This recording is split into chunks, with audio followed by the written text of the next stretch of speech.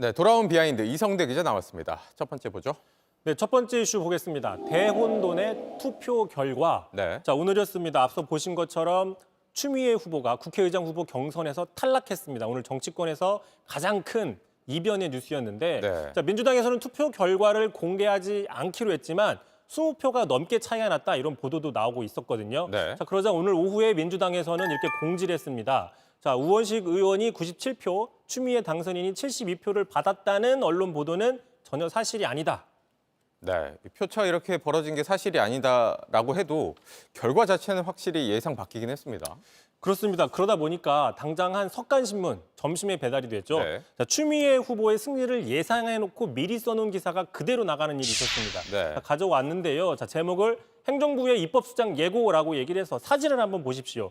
자, 이재명 대표와 추미애 후보가 상당히 화기애애한 장면이죠. 네. 자, 그 옆에 우원식 후보는 좀 침통한 표정인데 첫 번째 기사 바로 첫 문장부터 보시면은 자, 추미애 후보가 국회의장 후보로 선출됐다라고 해서 이렇게 큰 결과적으로 오보가 된 셈이죠. 네. 그런데 결과는 반전의 결과였고 또 결과를 듣고 놀랍다는 반응도 많았습니다. 그렇습니다. 자, 그러다 보니까 온라인 커뮤니티를 중심으로는 이른바 차은우의 저주 아니냐 이런 농담도 나오고 있습니다. 차은우 유명한 네. 배우잖아요. 자, 지난번 총선에서 도봉갑에 출마했던 안기령 후보가 과거에 차은우보다 이재명 대표가 더 잘생겼다 발언을 해서 뭐 화제 또는 논란이 된 적이 있었습니다. 네. 그런데 이번 총선 아시겠지만 서울을 민주당이 사실상 싹쓸이하다시피 했는데 강북권에서 거의 유일하게 떨어진 안기령 후보란 말입니다. 참고로 김재수 후보 왜 이겼냐라고 물어봤더니 국민의힘 당에서 시키는 것과 반대로만 했다라고 해서 또 화제가 된 적이 있었죠. 네.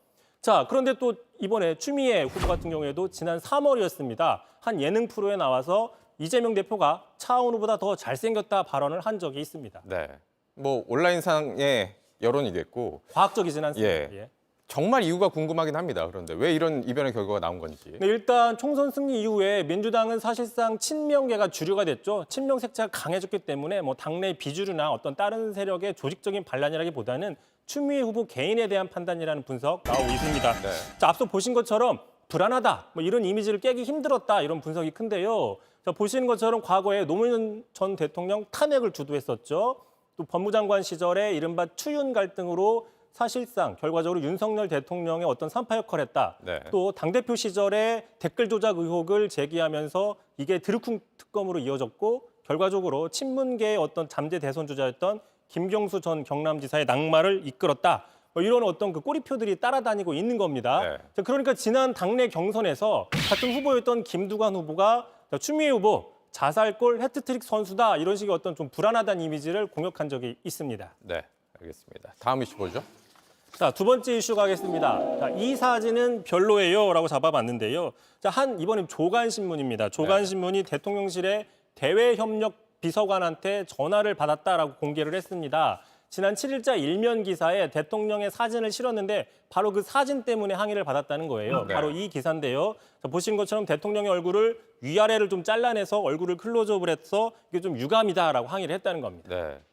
기사를 봐선 좀 공간이 많아 보이진 않는데 그러니까 대통령실 불만은 왜 온전한 사진을 다 쓰지 않고 위아래를 이렇게 잘랐느냐 이겁니까?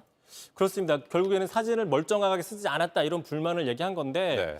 뭐 일반적으로 지지자들이 대통령이나 자기 지지하는 어떤 정치인의 사진을 잘 못 썼다고 언론사에 항의하는 경우는 종종 있었습니다. 네. 하지만 대통령실이 직접 언론사에 전화해서 항의하는 거는 좀 보기 힘든 사례거든요. 자, 그러다 보니까 지금 야권에서도 이거 언론을 위축시키려고 하는 게 아니냐 이런 비판이 나오고 있습니다. 들어보시죠. 네.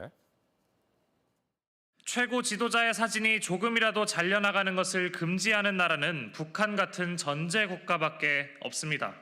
윤석열 대통령은 김정은 위원장을 따라하려고 합니까? 네, 여기까지죠. 준비한 건. 네, 이성대 기자였습니다. JTBC 뉴스를 시청해 주신 여러분 고맙습니다. 저희는 저녁 6시 50분 뉴스룸에서 뵙겠습니다.